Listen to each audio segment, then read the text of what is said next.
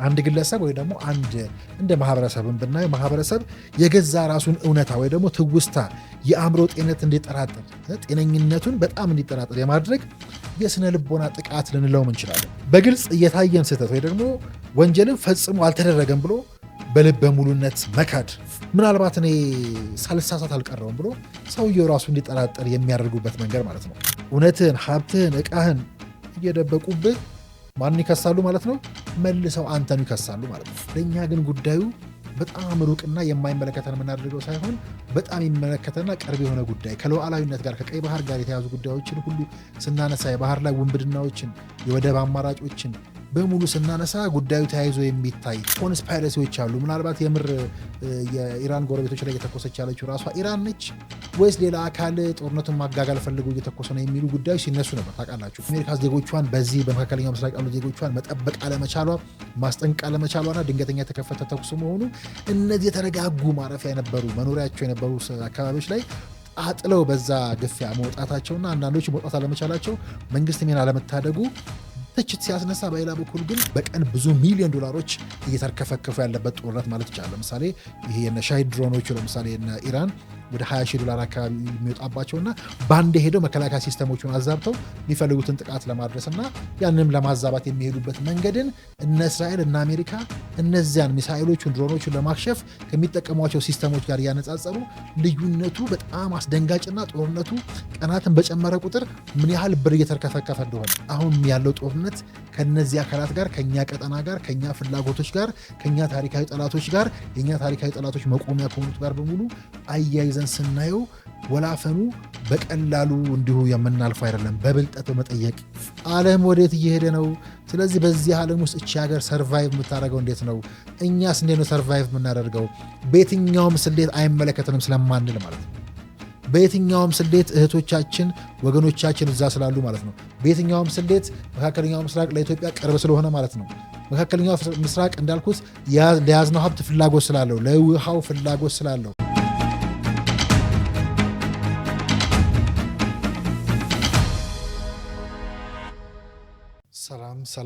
ሰላም ጤና ይስጥልን። እንደምን አላችሁ የሜዳችን ታዳሚዎች? በያላችሁበት እንዴት ቆያችሁን? እንደምን አላችሁ? በአፕዴት ሜዳችን እንግዲህ ዛሬ የዓለምን ሁኔታ ልናይ ነው። እንግዲህ ዓለም ወደ ሶስተኛው የዓለም ጦርነት እያመራች ነው ወይ በሚል ከፍተኛ ውጥረት እያየን ያለንበት ዘመን ላይ ነው ያለነው። እንግዲህ ከዚህ ጋር ተያይዞ እንግዲህ እንደምታስታውሱት አሁን ጦርነቱ ኦልሞስት ወደ አንድ ሳምንት አካባቢ ሞላ ብቻ ሳይሆን አለፈው፣ እንዲሁም አንድ ሳምንት አልፎት አሁን ወደ 9ኛና 10ኛ ቀኑን እየያዘ ነው እና ጦርነቱ የጦርነት ወዴት እያመራ ነው? የጋዙና የውሸቱ ጦርነት፣ የገሃነም በር የተከፈተበት ጦርነት፣ ዓለምን በሙሉ እየነካ ያለው ጦርነት ወዴት እያመራ ነው? ትንሽ ጉዳዮች የሚያሰጉ ይመስላሉ ወይ ደግሞ በጣም ከምንጊዜውም በላይ እንደ የተባበሩት መንግስታት ድርጅት ዋና ጸሐፊን ጨምሮ እንዲሁ ሌሎች ምክትሎቻቸውም የየሀገራቱ መሪዎችም ይህን ጉዳይ ያስጠነቀቁ ያለበት ጊዜ ላይ ነው የምንገኘው። ትንሽ በአንድ ሳምንት ውስጥ እንዲሁ የገሃነም በር ከተከፈተ የጋዙና የውሸቱ ጦርነት አንድ ላይ ተቀላቅሎ በጋዙ ዓለምን የማጥፋት በጋዙ እውነታችንን የማጥፋት ወደኛም ደግሞ ስናመጣው በጋዙ እውነታችንን ውሃችንን የማጠብን ጉዳይ ሁሉ የምናይበት ምናልባት የዓለም ላይ እየተካሄደ ያለውን ፍልሚያ ብናይም አገራችን ልናይበት የምንችለው የጋዙና የውሃው ጦርነት ምድር ላይ የገሃነም በር የተከፈተ ይመስላል እየተባለ ነው እንግዲህ የሚገኘው። በዚህ በሳምንት ውስጥ ምን ተነሳ የሚለውን ጉዳይ ለማየት እንሞክራለን። እንግዲህ በዛሬው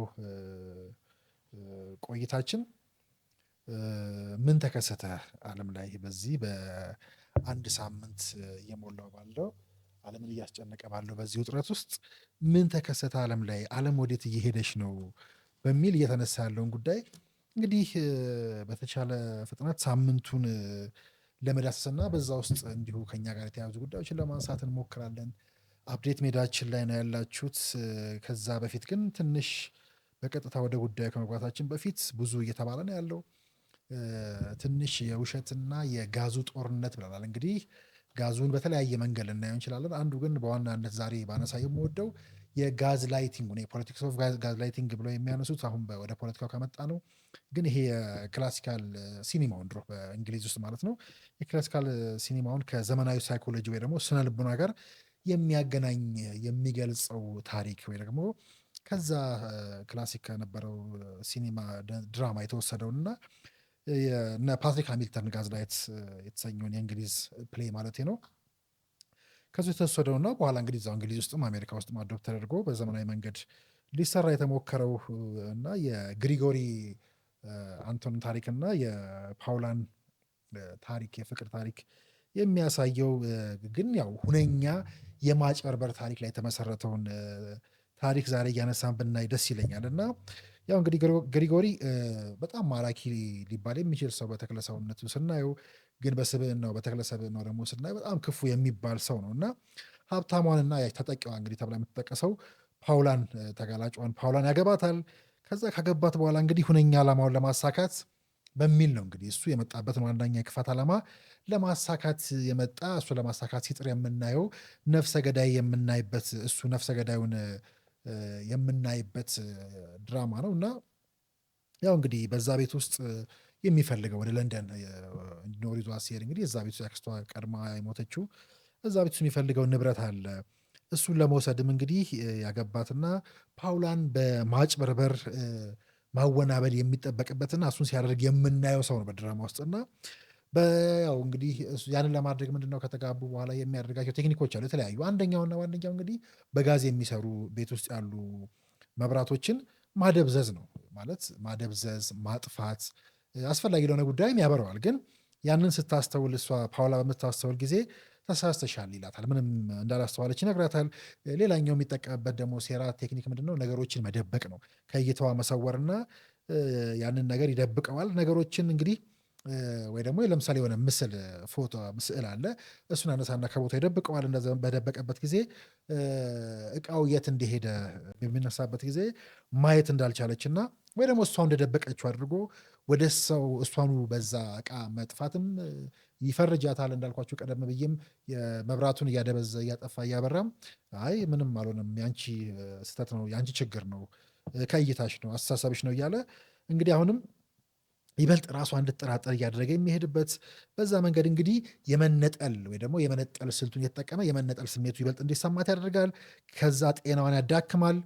ያው ጤናዋን የማዳከም ስራ ስለሆነ በዋናነት የሚሰራው ያ ሌላኛው ስልት ስለሆነ ያንንም ያደርጋል ማለት ነው። ወደ መጨረሻው ደረጃ ላይ ፓውላን ወስዶ ያንን ስልቱን የሚጠቀምበት ነው። እንግዲህ የጋዝ ላይቲንግ ቴክኒክ የሚባለው በጣም ሌላ ጊዜ በስፋትም ልናየው የምንችለው በኋላ ግን በዓለም አቀፍ ወይ ደግሞ ሀገር አቀፍ ፖለቲካ ውስጥ እጅግ አደገኛ ረቂቅ እየሆነ እየመጣና ከዛ በኋላ አዶፕት ተደርጎ ከዛ ብዙ ባለሙያዎቹ የሚጠቀሙበት ነው። ወደ ሚዲያ ጦርነት ሲሸጋገር የህዝብን አመለካከት እምነት እንዴት እንደሚበክል የሚታይበት ነው። እንግዲህ አንድ ግለሰብ ወይ ደግሞ አንድ እንደ ማህበረሰብን ብናየው ማህበረሰብ የገዛ ራሱን እውነታ ወይ ደግሞ ትውስታ የአእምሮ ጤንነት እንዲጠራጠር ጤነኝነቱን በጣም እንዲጠራጠር የማድረግ የስነ ልቦና ጥቃት ልንለውም እንችላለን። በጣም የከፋ የስነ ልቦና ጥቃት ማለት ነው እና ዋናው ግቡ እንግዲህ ተጎጂው እውነቱን በአይኑ እያየ አላየሁትም አይኔ ነው ወይ ደግሞ ከአይኔ እንጂ የለም ነገሩ የለም ብሎ ራሱን እንዲክድ ያየውን የጨበጠውን ነገር እንዲክድ ማለት ነው። ማንነቱን ጭምር እንዲክድ የሚያደርግበት ማለት ነው። ስለዚህ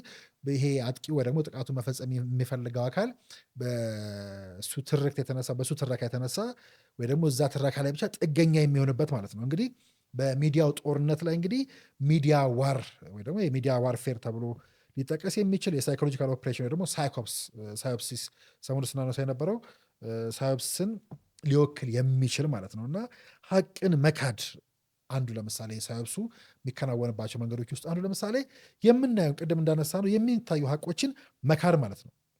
በግልጽ እየታየን ስህተት ወይ ደግሞ ወንጀልን ፈጽሞ አልተደረገም ብሎ በልበ ሙሉነት መካድ። ተመልካቹ ይህ ሁሉ ሰው እያወራው እንዴት ያዋሻሉ? ምናልባት እኔ ሳልሳሳት አልቀረውም ብሎ ሰውየው ራሱ እንዲጠራጠር የሚያደርጉበት መንገድ ማለት ነው። ወይ ደግሞ ሰለባው ወይ ደግሞ ተጠቂውን ራሱ መወንጀል ማለት ነው። ቪክቲም ብሌሚንግ የምንለው ማለት ነው እና ከዛ ደግሞ ትርክትን ማዛባት፣ መረጃን ማጥለቅለቅ ማለት ነው። ሰዎች የቱ ነው ትክክል ብለን ማሰብ በማንችልበት ደረጃ መረጃ በላያችን እያጥለቀለቁ አንዱ የሚያወናብዱበት መንገድ ማለት ነው። ስለዚህ አይናችሁ እያየ ጆሮችሁ እየሰማ ግን እውነት አይደላችሁም በቃ ወይ ደግሞ እናንተ ትክክል አይደላችሁም የሚለው አባባል ወደ ተግባር ተቀይሮ ራሳችን እንድንጠራጠር የሚያደርግበት በኋላ ግን በሚዲያ ጦርነት ውስጥ እንግዲህ ትልቁ መሳሪያ ወይ ደግሞ ትልቁ ነገር አንድ ውጊያ ውስጥ አንድ ሀገርን አንድ ውጊያ ለማሸነፍ ትልቁ ነገር አሁን እንደምናየው ሰሞኑ በእስራኤል ኢራን ጦርነት ሚሳኤል ድሮን ብቻ ሳይሆን የእናንተንም አእምሮ ግራ ማጋባት አንዱ የጦርነቱ ስልት ነው እና ይሄ ነው በኋላ በሚዲያው ጦርነትም በኋላ ደግሞ ፖለቲካ ማምቶት የፖለቲካ ጋዝላይቲንግ የሚሉታል እንዲህ ያሉት ማወናበጃ መንገዶችን በመጠቀም ማንነታችሁን፣ እውነታችሁን፣ ሀገራችሁን፣ እምነታችሁን እንድትጠራጠሩ እንድትሸረሽሩት የሚያደርግ ማለት ነው።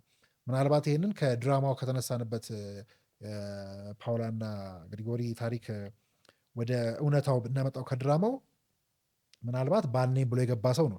ስለዚህ ባል ነኝ ብለው ገብተው ምናልባት በአንድ ብሔራዊ ጥቅም ላይ ሊሆን ይችላል፣ በአንድ ትዳር ውስጥ እንዳየነው ግን በሀገር ጉዳይ ላይ ያገባኛል ብለው የሚገቡ ባል ነን የሚሉ ምናልባት ብሎች ልናገኝ እንችላለን።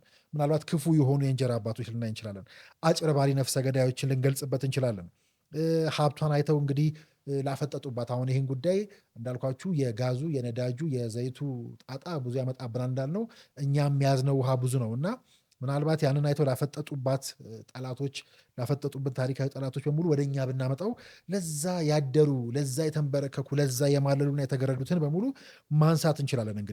እንግዲህ በድራማ ውስጥ እንደምናየው ለምሳሌ በፓውላ በአክስቷ ላይ ተፈጸመው እንደገና በእሷ ላይ ሲፈጸም የምናየውና በአክስቷ ላይ እንግዲህ የፈጸሙት እንዳልበቃቸው ወይ ደግሞ በዛ ያ እንዳልገባቸው ሁሉ በእናት አባቶቻችን እና በእናት አባቶቻችን ዘመን ላይ ጭምር ባል አባት ሽማግሌ መስለው የፈጸሙትን በእኛ ልጆቻቸው ላይም ያንኑ እንግዲህ የማጭበርበር ድርጊት ለመፈጸምና ለማጭበርበር ባልነን አባትነን ወገነን ባለሙያነን የሚሉትን በሙሉ የምናይበት ማለት ነው። አዲስ ነን የሚሉ አሮጌዎችን የምናይበት ማለት ነው እና ብርሃንና ተስፋችንን እያደበዘዙ አረ ይሄ ነገር ስንል በጭራሽ ተሳስታችሁ ነው መስሏችሁ ነው እያሉ ያየነውንና እይታችንን የጨበጥነውን የሚክዱ ማለት ነው።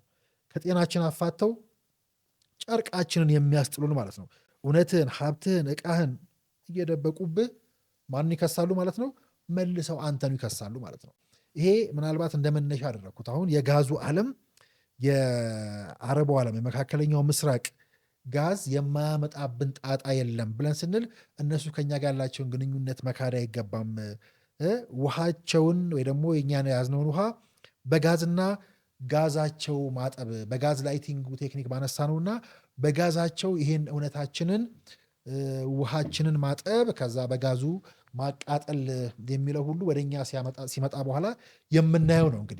እንግዲህ አሁን እንደምናየው ዓለም ላይ በተለይ አሁን እያየን ባለ ነው የኢራንና የእስራኤል ጦርነት አሜሪካና እስራኤል በጋራ ሆነው እየተፋለሙ ያሉት ጦርነትን ብናይ እንግዲህ አሁን እስክንገባ ያለው መረጃ እንኳን ከላይ እናቅርብ ብለን ብንል የቱ ነው እውነቱ ብለን ግራ እስክንጋባ ድረስ እጅግ በሚያስደነግጡ አሁን በጠቀስናቸው አይነት ቴክኒክ ያው የውጊያውም አንዱ አካል ስለሆነ ባለፈው ፕሮግራም ሳነሳ እንደነበረው ካያችሁ አንዱ ይሄ ሳዮፕሲስ ላይ ይሄ አምስተኛው ትልቁ ጦርነት ላይ ምንስራ ሲሉ በወሬም የበላይነት መውሰድ ከዛ ደግሞ እንዲሁ የሚዲያ ጦርነቱ የሚዲያ ዋርፌሩም አለ እሱም ላይ ጭምር የሚታየው ውጊያ በጣም ያየለ ነው እና ሰሞኑ ስለ ኢራን ሚሳይሎች የሰማነው ሊሆን ይችላል፣ ድሮኖች እንዲሁ በተቃራኒ ደግሞ ስለ እስራኤልም የሰማነውና ኢራን ውስጥ ሆነ የተባለው ጉዳይ በሙሉ የቱ ነው እውነቱ ብለን እስክንጠራጠር ድረስ ብዙዎቹ ግራ በሚያጋባ የመረጃ ማጥለቅለቅ የመረጃ ማወናበድ ውስጥ የገባና በዛም ማወናበድ ጭምር የበላይነት ለመውሰድ የሚካሄዱ ትግሎችን ያየ ነው እና ምናልባት ሳምንት ሆነው ካልን ግጭት በሳምንቱ ምን ተካሄደ ብለን እንደው እያይለፍ ነው ወይ ደግሞ ከእኛም ጋር እያያዝ ነው ጉዳዩን እየተነተን ነው ወጣ ገባ እያልን ብናይ አሜሪካ ወዴት እየሄደች ነው? ኢራንስ ብትሆን እስራኤልስ ያቀደችው ጉዳይ ይሳካላታል ወይ? አሜሪካውያን የቀሰቀሱት ቁጣ ራሱ ወዴት ይደርሳል? ሚዲያው ላይ እንዲህ ራሱ ውጊያው የሚካሄደው ለምንድን ነው?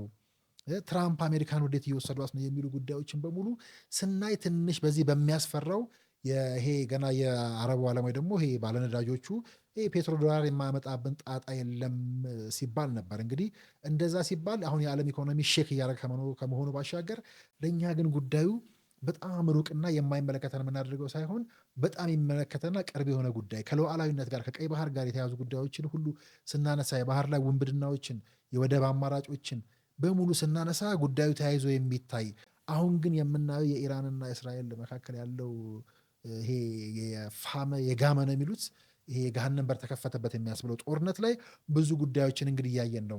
እንግዲህ ዋና መንፈሳዊ መሪያቸው አያቶላህ ሀሚኒ ከተገደሉ በኋላ የእሳቸው ቀብር መራዘም ከዛ እሳቸውን ተክቶ ይመጣል ተብሎ ልጃቸው ማለት ከዛ በዛ ውስጥ ትራምፕ እጄን አስገባለሁ ማለታቸው ሌላኛው የውዝግብ ነጥብ ሆኖ የቀጠለ ቢሆንም ግን ኢኮኖሚውን ዓለም ላይ ሼክ አድርጎታል ቢባልም ኢኮኖሚው ግን ሌላኛው ገጽታውን ጭምር የተገለጠበት ማለት ነው።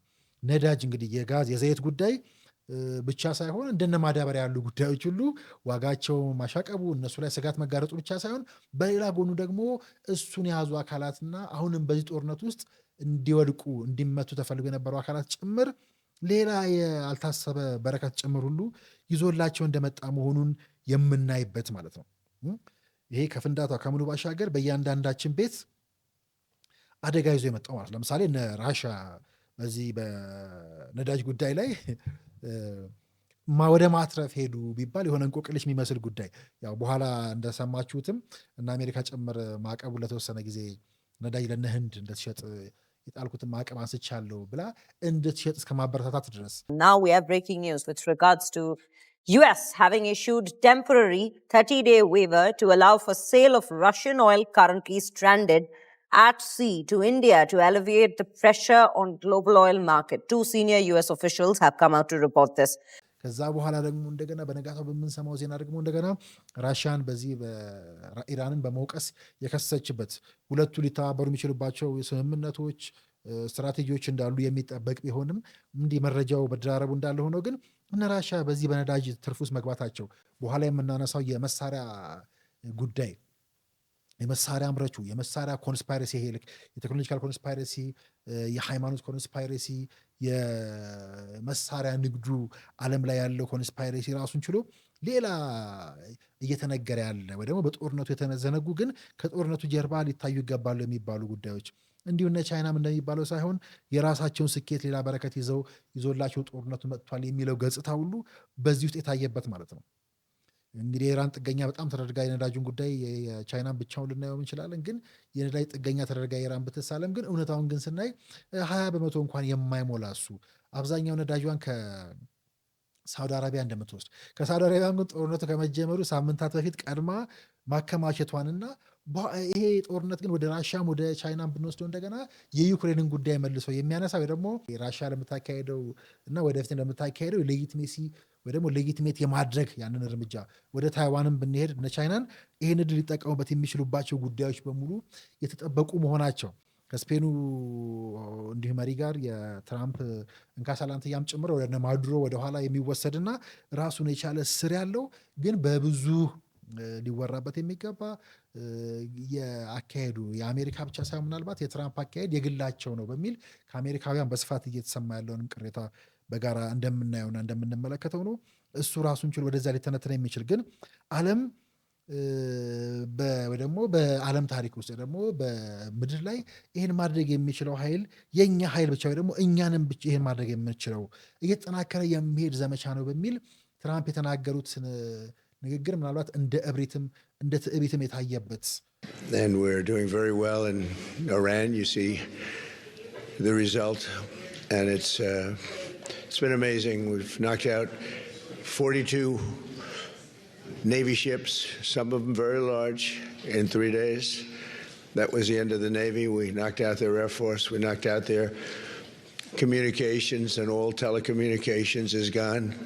I don't know how they communicate, but I guess they will figure something out. It's not working out too well.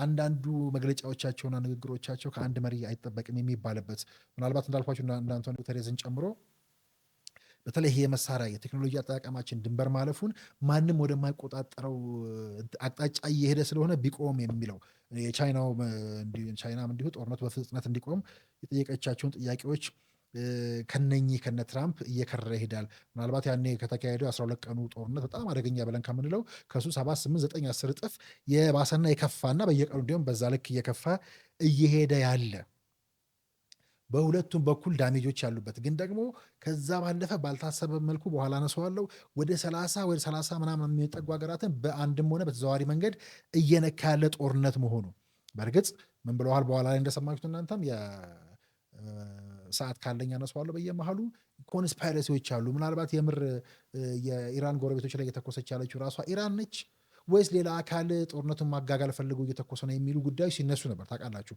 በኋላም እንግዲህ የቤዞች ያሉባቸውን የተወሰኑ ቦታዎች ላይ መተኮሳቸውን ራሳቸው የኢራኑ ፕሬዚዳንት ወጥተው ይቅርታ ጠይቀዋል። ወደ ጎረቤቶቻችን ከአሁን በኋላ አንተኩስም፣ ቤዞች ያሉባቸው ቦታዎች ነው ያጠቃ ነው፣ የምናጠቃውም እነሱን ነው፣ ጥቃት ካልተሰነዘረብን በስተቀር አናጠቃም ጎረቤቶቻችንን በፍጹም የሚል እንደ ይቅርታም አይነት ጥያቄ አቅርበዋል። አደባባይ ለወጡ ይቅርታ ጠይቀዋል። We have no intention of transgressing into neighboring countries. As I have said many times, they are our brothers. We must join hands with these dear ones in the region to establish peace and tranquility. And I hope that the events that have taken place and the decision we made yesterday in our temporary leadership council, this decision has been reported to the armed forces that from now on they should not attack neighboring countries or fire missiles unless those countries want to attack us, and I think we should resolve this through diplomacy so that we don't face problems by fighting with neighboring countries. From here, I need to apologize to neighboring countries that are attacked by Iran on my behalf.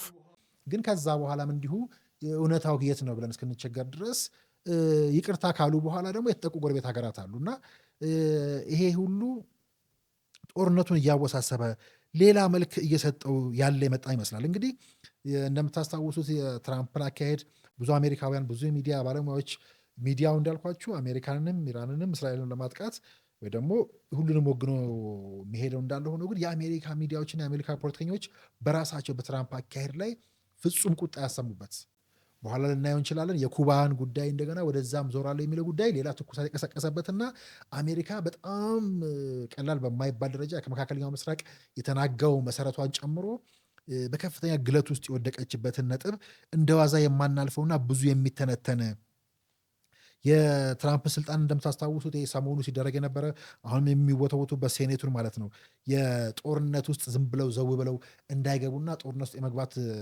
መብታቸውን ጦርነትን ዝም ብሎ በፍቃዳቸው ተነስቶ ማወጃቸውን የሚገድቡ ህጎችን ለማጽደቅ የተደረጉ እንቅስቃሴዎች ከፍተኛ ትኩረት የሳቡና አሜሪካ ወዴት እየሄደች ነው በሚል ከዛ በኋላ አግሬሲቭሊ የነሱ ሚዲያዎች እየሄዱባቸው ያላቸው ጉዳዮች ናቸው። እንግዲህ ምናልባት ከትራምፕ ጋር ተያይዞ የሚነሱ ጉዳዮች በሳቸው ዘመን ያልገባ ነው የት ነው። አሁን ደግሞ አሜሪካ ላይ እንደገና ከነማድሮ በኋላ እንደገና ኩባ ላይ የሚዝቱትና የሚዝቱባቸው መንገዶች አስተዛዛቢ ቢሆኑም በሳቸው ዘመን ብቻ ይሄ የሶማሊያውን፣ የየመኑን፣ የናይጄሪያውን፣ የኢራንን እያነሱ በየትኛውን ፕሬዚዳንት በሳቸው ልክ እንዲህ ባለ ቆይታ ውስጥ እንዲህ ይህን ሁሉ ሀገር ጋር ተነካክቶ አያውቅም የሚለው በጣም ከፍተኛ ትኩረት የሳበና እውነትም ከዚህ በፊት የነበረው የአሜሪካ ጦርነት አሜሪካ በየሀገሩ ገብታ የደረሰባትን ኪሳራ የደረሰችውን ኪሳራ ጭምር እያሰሉ የራሳቸው የአሜሪካ ሚዲያዎች በከፍተኛ ሁኔታ ትችት እያካሄዱ ያለበት ድምፃቸውን ጮክ አድርገው እያሰሙ ያለበት ሁኔታ በዚህ ጦርነት ውስጥ በጣም ከፍ ብሎ የተሰሙ ያሉ ጉዳዮችና የቀጠሉ ናቸው ነው።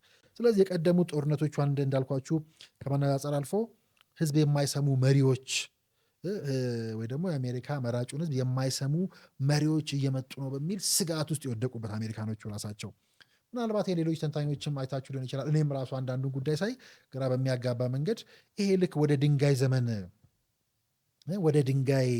ዘመንነት እየተመለስን አይደል? ሀገራትን ወደ ድንጋይ ፍርስራሽ መቀየር ብቻ ሳይሆን ያ የድንጋይ ዘመን የምንለው ዘመን ውስጥ እየተመለስን አይመስልም? ይሄ ባርባሪያን ዘመን የምንለው ወደዛ ዘመን የመመለስ አይነት አስተሳሰብና አዝማሚያ የሚያስደነግጡ ምልክቶችስ አይታዩም ወይ እንደ ዓለም ብለን ወደዚህ እያልን በየመሃሉ የምናያቸውን ጉዳዮች ብናነሳ እንግዲህ መካከለኛው ምስራቅ ባለው የተከፈተ በምንለው ገሃነም ውስጥ በጣም በሚነደው ሰዓት ውስጥ የሚታዩና የማይካዱ ጎልተው እየወጡ ያሉ እውነቶች ናቸው።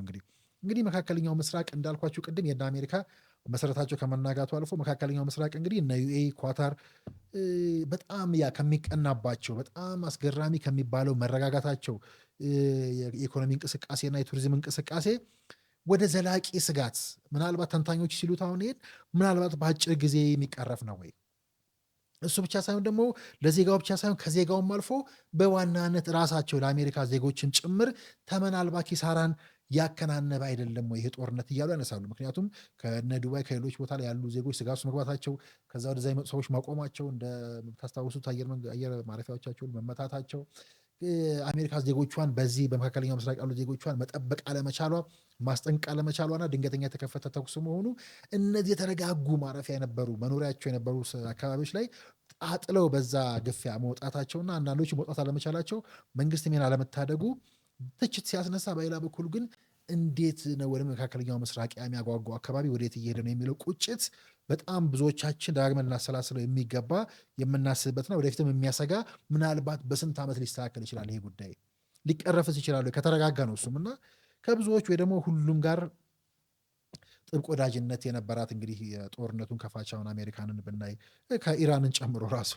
ከናቶላ ከዛ ከሞሳዴግ መንግስት ከዛ በኋላ ሻህ መንግስትን ከጣሉ በኋላ ከዛ በኋላ ባለው ስርዓት ከኢራን ጋር የነበራቸው የወዳጅነት ጥግ ብቻ ሳይሆን ብዙ ሀገራት አፍጋንን ጨምሮ ከብዙዎቹ ጋር ከነበራቸው ወዳጅነት ወደ ለየለት ጠላትነት መሄዳቸው በሁሉም ጦርነቶች አሁንም ከኢራን ጋር እንግዲህ ሰው ዛሬ ምናልባት ጠላት ሆነው የተፈጠሩ ይመስሏል እና ምናልባት እንደ ኢራንና እንደ እስራኤል አሜሪካና እንግሊዝም እዛ ውስጥ ኖረውበት የእነሱን ያህል ወዳጅነት ለካ ወዳጅነት ዘላቂ አይደለም ለሚለው ማሳያ ካለ ሁለቱ ነው የምናነሳው እና በጣም ወዳጅ የነበሩ ግን እሱ ብቻ ሳይሆን ሁሉም ቦታ የገቡባቸው ቦታዎች ላይ በዚህ መንገድ መደምደሙ ከወዳጅነት ወደ ከረረ ጠላትነት አሁንም እንደሰማችሁት እነ ትራምፕ አደባባይ ላይ ጭምር በይፋ የኩርዶቹን እንደግፋለን የሚል ኢራቆቹን እንደግፋለን የሚል መግለጫ መስጠታቸው ከኢራን ጋር የነበራቸው ወዳጅነታቸው ሻክሮ ሁሉ የሳዳምን መንግስት ወይ ደግሞ የኢራቅን ያኔ የነበረባቸውን ጦርነት ለማሸነፍ በሚል ተጣልተው እንኳን ከኢራን ጋር የዘለቁባቸውን ጉዳይ መልሰው የሚያስታውስ ይሄ እንዳልኳችሁ ምናልባት እምነት አሜሪካ በፓወር ብቻ አደርጓለሁ በሚል ከአሜሪካ ትዋጋለች በሚል ብቻ የገነባችውን ስም መሸርሸር ከዛ ግን ደግሞ እንዲሁ ከነ እስራኤል ጋርም ተያይዞ አሁን የተከፈተውን ዘመቻ ተያይዞ ነገ የአካባቢ ሀያል ፓወሩን የመውጣት ጉዳይ አይደለም ወይ? ስለዚህ እነ ቱርክና እነ ሳውዲ ሲቀርላቸዋል። ምክንያቱም እንደምታስታውሱ ከዚህ በፊት ባለስልጣኖቻቸው በአደባባይ ጭምር እነ ኤርዶጋንን ከኢራንም የባሰ ሰይጣን ነው አይነት ነገር የተናገሩባቸውን ጉዳዮች ማስታወስ ይቻላልና ተመሳሳይ ዕጣ ሊገጥማቸው አይችልም ወይ? ይገጥማቸዋል። የፓወር ስትራግል ነውና በዚያ በቃም ባዮችም አሉና ዛሬም እነዚህ እንዳልኳቸው ሌላ ታጣቂ እናመጣለን አማጺ እናመጣለን የሚለው ጉዳይ ሌላኛው ትኩረት የሳበ ጉዳይ ነው። እንግዲህ አሁንም በእነዚሁ ሀገራት በጠቀስኳቸው መካከለኛው ምስራቅ ሀገራት ማለት ነው እነ ሞሳድን ጨምሮ ከውስጥ የተመለመሉ የሽብር ቡድኖች ደግሞ የሽብር ቡድኖቹ የሚያደርሷቸው ፍንዳታዎች መለየትና ወይ ደግሞ እንደዛ እየተለዩ ያሉ ሰዎችና የእነኝህ ሰዎች መያዝ ሌላኛው ስጋትና ኮንስፓይሬሲ ቅድም ስነሳ ያልኩት የኮንስፓይሬሲ አካል የሆነ ወይ መካከለኛው ምስራቅ አካባቢ ላይ አሁን መተኮሱ ብቻ ሳይሆን ሌላ ጊዜ በስፋት እንሄድበታለን። የሃይማኖት ጦርነት ለማንሳት ይታሰባሉ ወይ? እነዚህ የሃይማኖት ጦርነቶች ሊነሱ የሚችሉት እንዴት ነው? ራሳቸውና አሜሪካና ሞሳድስ ምናልባት ያን መቀስቀስ ከፈለጉ እስራኤል ውስጥ ያሉትን የእምነት ተቋም ቦታዎች ጨምሮ ምናልባት ሳውዲ ውስጥም ሌላም ቦታ ላይ ያሉ አይነክ የሚባሉ የክርስቲያኖችም ጭምር እንደዛ የሃይማኖት ስፍራዎች ያሉበት አካባቢ ስለሆነ እንደዚ ጥቃት ሊፈጸም አይችልም ወይ? ለዚህ ማሳያው ደግሞ ምናልባት መካከለኛው ምስራቅ አንዳንድ ቦታ ላይ እንዲሁ ጥቃት ሊያደርሱ የነበሩ ሰላዮችን ይዘናል። አንዳንድ ጥቃቶች ደግሞ የደረሱት በማን እንደሆነ አይታወቅም የሚለውን ጉዳይ በሙሉ ምናልባት ይህ ዓለም ወዴት እየሄደ ነው የሚለውን ጉዳይ አሁንም ትንሽ ስጋቱን ግለቱን እየጨመረ የመጣ ጉዳይ ይመስለኛል። ስለዚህ የመንግስት ስርዓት ለውጥ እናደርጋለን እና አሜሪካ ያሉት አሁን ቅድም እንዳልኳችሁ የተተኪው ልጃቸው ይመጡ ወይ ደግሞ ተተኪ እንኳን የሚመጣ ከሆነ እጄ ማስገባት አለብን፣ መምረጥ አለብን፣ የእኛ ሳይ መኖር አለበት ብለዋል። እንግዲህ በኋላ እንዲያውም ምንም መጨረሻ አማራጫቸው ያለምንም ቅድመ ሁኔታ እጃቸውን መስጠት ነው ኢራኖች የሚል ጉዳይ ቢሉም ዋናው ግን ከዛ ቀድሞ በአደባባይ የተናገሩት የእጃችን ማስገባት አለብን ነው። ከዛ አልፈው ደግሞ ቀደም ብሎ የነገሩት የስርዓት ለውጥ እናካሄዳለን ነው። ይህ የስርዓት ለውጥ ከተካሄደ ደግሞ በእስራኤል በምላሹ የማጠብቁት ወጀብ የማይገመቱ ወይ ደግሞ አደገኛ እርምጃዎችን እንወስዳለን። ለምሳሌ በኔጌቭ ነው በኔጌቭ በረሃ ላይ የሚገኘውን የእስራኤል የኒውክሌር ጣቢያ እንመታለን ወይ ደግሞ ዛሬ ጥቃት እናደርሳለን የሚል ይሄ ዓለምን የሚያስደነግጥ ሌላኛ ስጋት የፈጠረ በዚህ ሳምንቱ የሰማነው ጉዳይ ነው። እነ አሜሪካ ያሰቡት የመንግስት ለውጥ እንግዲህ ይሳካሉ የሚለውን አጣብቂኝ ውስጥ የሚከተው ራሱ ይሄ ነው። ትራምፕ በተደጋጋሚ ቢናገሩትም በተጨባጭ ግን ይሄ ነው ወይ? እንዳልኳችሁ ኢራቅና ኢራን ኢራቅ ውስጥ ያደረጉትን ኢራን ማድረግ ይችላሉ ወይ? ሊቢያ ውስጥ ያደረጉትን ኢራን ማድረግ ይችላሉ ወይ? እንዳልኳችሁ በጂኦግራፊውም ነው፣ በአስተዳደር ስርዓቱን በጣም መሰረት የሆነው ከዛ የአንድ ሰው ስርዓት ብቻ ሊባል የሚችል ሳይሆን በጣም የተደራጀ ሰፊ ጂኦግራፊ ያለው የተማረ ዊዝደምም አለው ውስጡ ብለው ስለሚከራከሩ ሰዎች ማለት ነው የምናያቸው ተንታኞች። ስለዚህ ያሰቡት አይሳካም። ከዛ ባሻገር እንዳልኳቸው እንደ የእስራኤልን የኒኩሌር ጣቢያ እንመታለን የሚለው ሌላ ስጋት ቀጠናው ላይ የፈጠረ ጉዳይ ነው። ስለዚህ መካከለኛው ምስራቅን አልመታውም፣ ከአሁን በኋላ አልመታም፣ ከዛ ወደፊት የሚጠበቁ ሴራዎች በሙሉ እንዳሉ ሆነው ግን በዓለም ምናልባት አሜሪካንን ይሄ እኔም የምጋራው ሀሳብ ነው።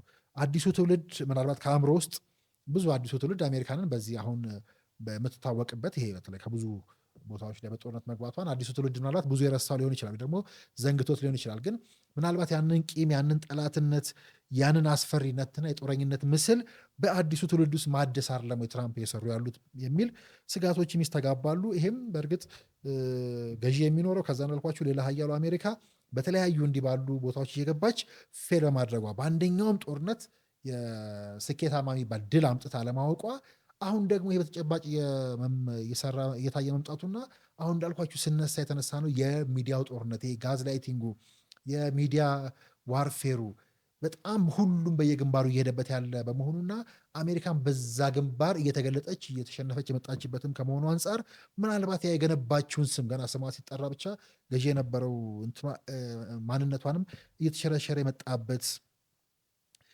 ጊዜም አይደለም ወይ በሚል ለአሜሪካ ሌላ የውድቀት ዘመን ከጦርነቱ መቆየቷ ብቻ ሳይሆን በቀጣይነት የሚያመጣ ውድቀትም የከፋ ነው የሚሉ ተንታኞችም አሉ። እንግዲህ የገሃነም በር ተከፍቷል ቢሉት እና አሜሪካና ትራምፕ ቢሆኑም ይህ እንግዲህ የገሃነም በሩ የተከፈተው ለራሳቸው አይደለም ወይ የሚሉ መልሰው የሚጠይቁም አሉ። እንግዲህ የነ ኢራን ሚሳኤል ቨርስስ የነ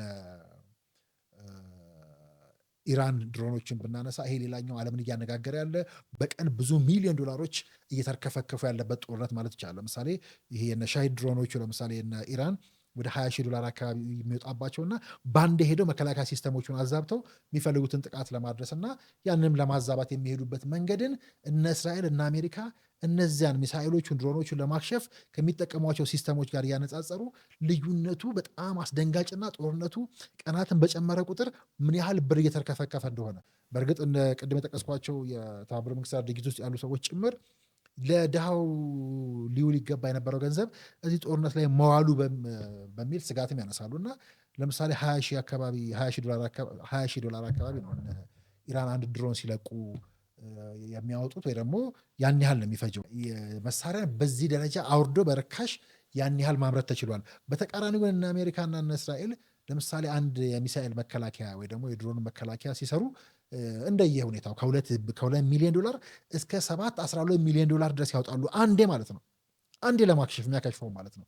በዛው ልክ ደግሞ ልክ ኢራን ይሄ የምትልካቸውና ሻሂድ ድሮኖች አጥፍቶ ጠፊ የሚባሉት እስከ 20 ሺህ ዶላር መሆናቸው ይሄ ንጽጽር በጣም ብዙዎቹን ትኩረት የሳበና እንዴት የሀገራትን ኢኮኖሚ እያናጋ እንደሆነ በየቀኑ በቀጠለ ቁጥር ደግሞ የነ እስራኤልን ምናልባት ኢራን ድል በማድረግ ብቻ ሳይሆን የነ አሜሪካን እነ እስራኤልን ኢኮኖሚ በማሽመድመድ ረገድም ስኬታማ ናት ብለው ደፍረው የሚናገሩበት ደረጃ ላይ ያደረሰ ንጽጽሮችን በጣም ትኩረት የተሳቡ ነበሩ። እንግዲህ ዲፕሎማሲ በጣም የተፈተነበትና ትንሽ አስደንጋጭ ሊባል የሚችል ዘመን ላይም ያለ ነው። ዲፕሎማሲ አቅሙ በዚህ ደረጃ ነጠፈ ወይ፣ ዲሞክራሲ አቅም የለውም ወይ የሚያስብሉ ጉዳዮች በሙሉ እያየን ያለንበትና በጣም በየመሃሉ እንግዲህ እንደማሳያችሁ ዜናዎቹም እየተጋጋሉ የሄደበት አስደንጋጭ ዘመን ላይ ነው የምንገኘው። Israeli warplanes have struck 3 oil storage depots and refining facilities in the Iranian capital. It's the first time Israel has targeted such facilities since launching a broader attack on Iran last week alongside the US. An oil depot in the city of Karaj has also been hit. Large fires have been reported across the capital. The latest strikes come as President Trump threatens to expand the operation. The skies over Israel are exploding once again. Missiles have roared in from Iran as air defense batteries scramble to intercept. After days of intense American and Israeli strikes on Iranian military targets, Tehran has launched one of its most aggressive retaliatory barrages yet. On the 28th of February, the US and Israel launched joint strikes on Iran.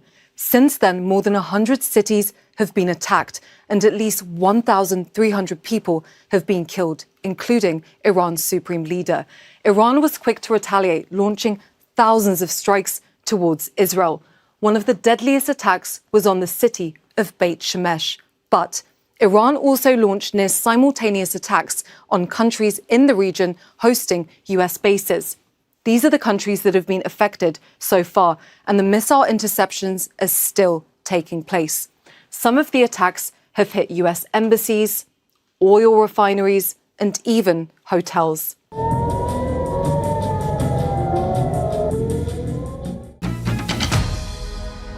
እንግዲህ እንዳያችሁት ነው ዜናዎቹ አሉ። እንዲያው በትንታኔ ትኩረት ስበው የነበሩ በጣም ረዘም ያለም ሊባል ማለት ያው ከዘመቻው አንጻር የሚባል ነው ወደ 9-10ኛ ቀኑ እየመጣ ነውና በዚህ ውስጥ እንግዲህ በየሰዓቱ እንደምናያቸው ዜናዎቹ ይለዋወጣሉ። ብዙ ልናስብበት ከራሳችን አንጻር ነው የሚገባ። ቅድም እንዳልኩ ስነሳ የዚህ የነዳጅ አምራቹ ወይ ደግሞ የባህሩን የተቆጣጠሩ ሀገራት መካከለኛው ምስራቅ ላይ አረቦቹ ጋር ያለው ጉዳይ ለእኛ ምን ያህል ቅርብ ነው፣ ምን ያህል ነካናል የሚለው ጉዳይ በሙሉ እንዳለ ሆኖ እንግዲህ ወደ ዓለም ጦርነት እየተሸጋገረስ አይደለም ወይ ይሄ ጉዳይ?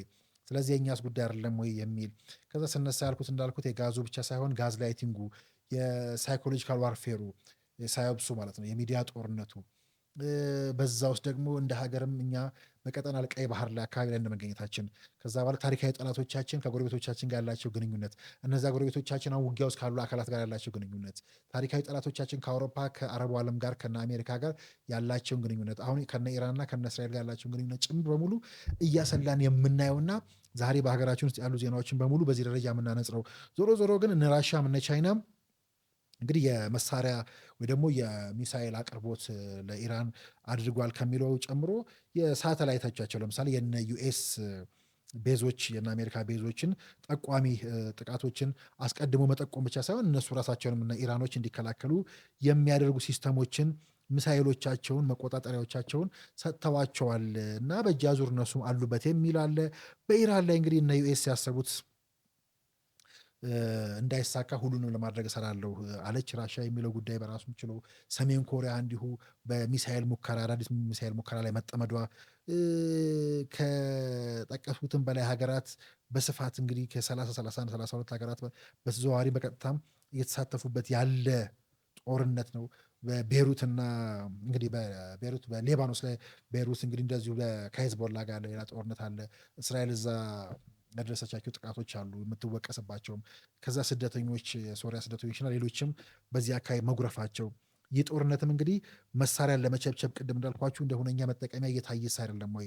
ትራምፕ እንዲሁ አሉ እንዳሉትም በ4 እጥፍ የመሳሪያ ማምረታችንን እንጨምራለን። ድጋሚ ወደ ኩባ ወደ ደቡብ አሜሪካ እንደገና አሁን መሄድ መፈለጋቸው የሰሜን አሜሪካና ደቡብ አሜሪካ የዘመናት ፍጥጫና የዘመናት በደል እንደገና አሁን በሌላ መንገድ እየታደሰ የሆነው የሚል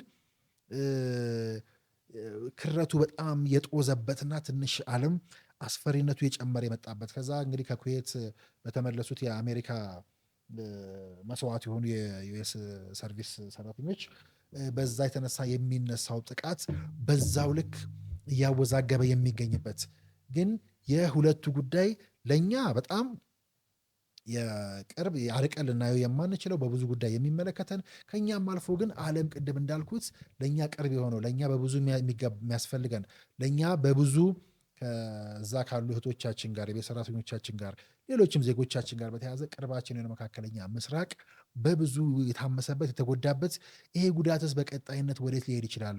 ከዛ ይሄን ደግሞ እዛ ጋብ ቢል እንኳን እንደው ቢረጋጋ እንኳን ወይ ደግሞ በዛ ውስጥ ያለው ኃይል ከኛ ጋር ያለው አሰላለፍ ምንድን ነው?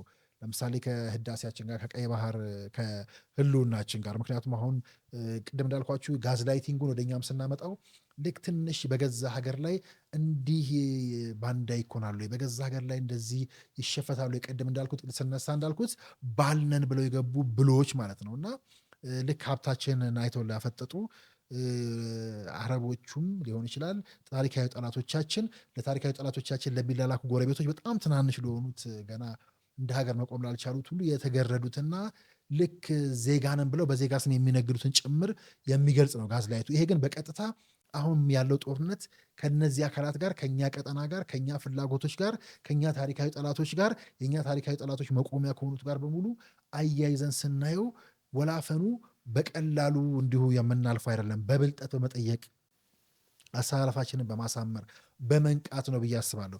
በተለይ እዚህ ሚዲያ ላይ የሚነዛው ጦርነት ላይ እንዲያው ዝም ብሎ በግልብነት ጉዳዩ የእኛን ሃይማኖት የሚመለከት እየመሰለን ጉዳዩ እንዲያው እኛ የምንቃረነው ሃይማኖትን ያኛው ወገን የሚያጠቃልን ስለሚመስለን እንዲያው በዚህ ልፊያ ውስጥ ብቻ እየተጠቀምን አውቀን እየተጠቀምን ከመሰለን ትንሽ ቆም ብለን የምናይበትና የራሳችንን ጥቅም የምናሰላበት እያንዳንዳችን እንደ ዜጋ በጥንቃቄ ልናየው የሚገባ ማለት ነው። ሁሉ ነገር ስለሚፈልግ ማለት ነው። ዲፕሎማሲ ብቻውን ሽባ እየሆነ የመጣበት ዘመን ስለሆነ በሚሊተሪውም በኢኮኖሚውም በንቃቱም በትውልድ መፈርጠም ስላለብን እነኝን ጉዳዮች ሁሉ የሚሸረሽሩ አያይዞቻችን ቅድም እንዳልኩት የጋዙን የያዙት ዓለማት የጋዙን የያዙት ሀገራት የሚያስነሱት እሳትና እነሱ እኛ ሀገር ላይ ያላቸው ጥቅም አለ።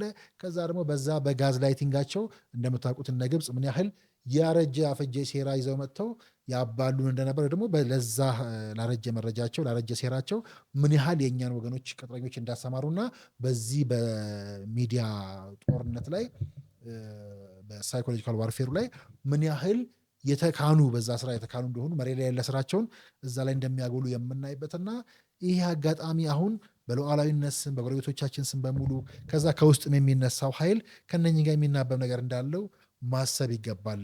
በየትኛውም መንገድ ብናየው ግን አሁን ዓለም ያለችበት ሁኔታ እጅግ አስኪና አስደንጋጭ በስክነትና በብስለት በጥንቃቄ ልናየው የሚገባ ከምንም በላይ ግን ንቃትን ወርሰን ዓለም ወዴት እየሄደ ነው? ስለዚህ በዚህ ዓለም ውስጥ እቺ ሀገር ሰርቫይቭ የምታደርገው እንዴት ነው? እኛስ እንዴት ነው ሰርቫይቭ የምናደርገው? በየትኛውም ስሌት አይመለከተንም ስለማንል ማለት ነው። በየትኛውም ስሌት እህቶቻችን ወገኖቻችን እዛ ስላሉ ማለት ነው። በየትኛውም ስሌት መካከለኛው ምስራቅ ለኢትዮጵያ ቅርብ ስለሆነ ማለት ነው። መካከለኛው ምስራቅ እንዳልኩት ለያዝነው ሀብት ፍላጎት ስላለው፣ ለውሃው ፍላጎት ስላለው፣ ለመሬታችን ለሰብላችን ፍላጎት ስላለው፣ እኛም ነዳጁ ስለሚያስፈልገን ባህሩ ብቻ ነው በመሃላችን ያለው።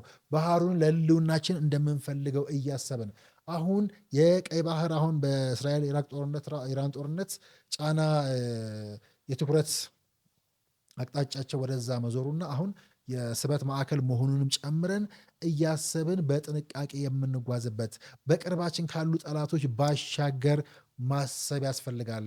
አለበዛ ወደ ተከፈተው የገሃነም በር ዝም ብለን መግባታችን ነው ወይ ደግሞ እያጨበጨብን መለብለባችን ነው ማለት ነው። ስለዚህ አያገባኝም የሚባል ሳይሆን በጥንቃቄ በስሌት ነቃ ብለን የምናየው ነው። በጣም የሚያስደነግጥ ሁኔታ ውስጥ ስለሆነ ያለ ነው። ግን በዚህ ሁኔታ ውስጥ እኛ እንደ ሀገር እኛ ጥቅማችን ምንድን ነው ብለን ብሔራዊ ጥቅማችንን ብናሰላ ከብሔራችንም ከሃይማኖታችንም ከእኛነታችንም ላልሆነ ጉዳይ ስንጋፋ ስለሚታይ እሱ ደግሞ የበልጥ ድንቁርናችን የበልጥ አለማወቃችንን በዚህ ልክ ባለማወቅ ከሆነ ቆመን የጠበቅናቸው ያለ ነው። ይሄን እሳት ቆመን የጠበቅን ያለ ነው።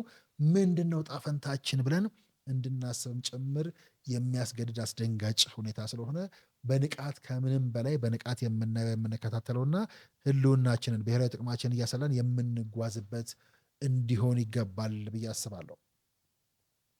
እንግዲህ ያለው ሁኔታ ምን ቢያስፈራ በንቃት ውስጥ ሆነን ግን ያው ሰላም ለምድራችን ሰላም ለሀገራችን እንመኛለን። እንግዲህ የረመዳን ወቅት ነው። በዚህ የረመዳን ወቅት ሙስሊሙ ኡማ ወይ ደግሞ በጾም ውስጥ ያለ ያው ክርስቲያኑም በእርግጥ በጾም ውስጥ ያለበት ወቅት ነው። ግን በተለይ በእነኛ አሁን ጦርነት ካሄደባቸው ያሉ አካባቢዎች እንግዲህ በሰላም ሊጾሙ የሚገባቸው ብዙ ወገኖቻችን ጎረቤቶቻችንም ጨምሮ መካከለኛው ምስራቅ ያለው በሙሉ እሳት ውስጥ ያለበት ነው። እንግዲህ ከዚህ እሳት እንግዲህ እንዲወጡ እንመኛለን። ሰላም ለሀገራችን፣ ሰላም ለቀጠናችን፣ ሰላም ለምድራችን ሁሉ እንዲበዛ አጥብቀን የምንመኝበት ነው። ይሄ የተከፈተው ገሃነም የሁሉንም ቤት እያንኳኳ ስለሆነ የሁሉንም ቤት በሂደት የሚያንኳኳ ስለሆነ በዛ ደረጃ እንግዲህ ሰላም እንዲመጣ አብዝተን እንመኝ። ከምንም በላይ ግን ሰላሙንም ድሉንም ጦርነቱንም ቢሆን በእውቀት እናድርገው፣ ከብሔራዊ ጥቅም አንጻር እንየው ለማለት እወዳለሁ። አፕዴት ሜዳ እንግዲህ ዓለም አቀፍ ጉዳዮችን እንዲሁ ደጋግመን እየመጣን ለማየት እንሞክራለን። በቀዩ ምዕራፍም ደጋግመን እንገናኛለን። ለአብሮነታችሁ ደግሜ ያመሰገንኩ። ሰላሙ ነው።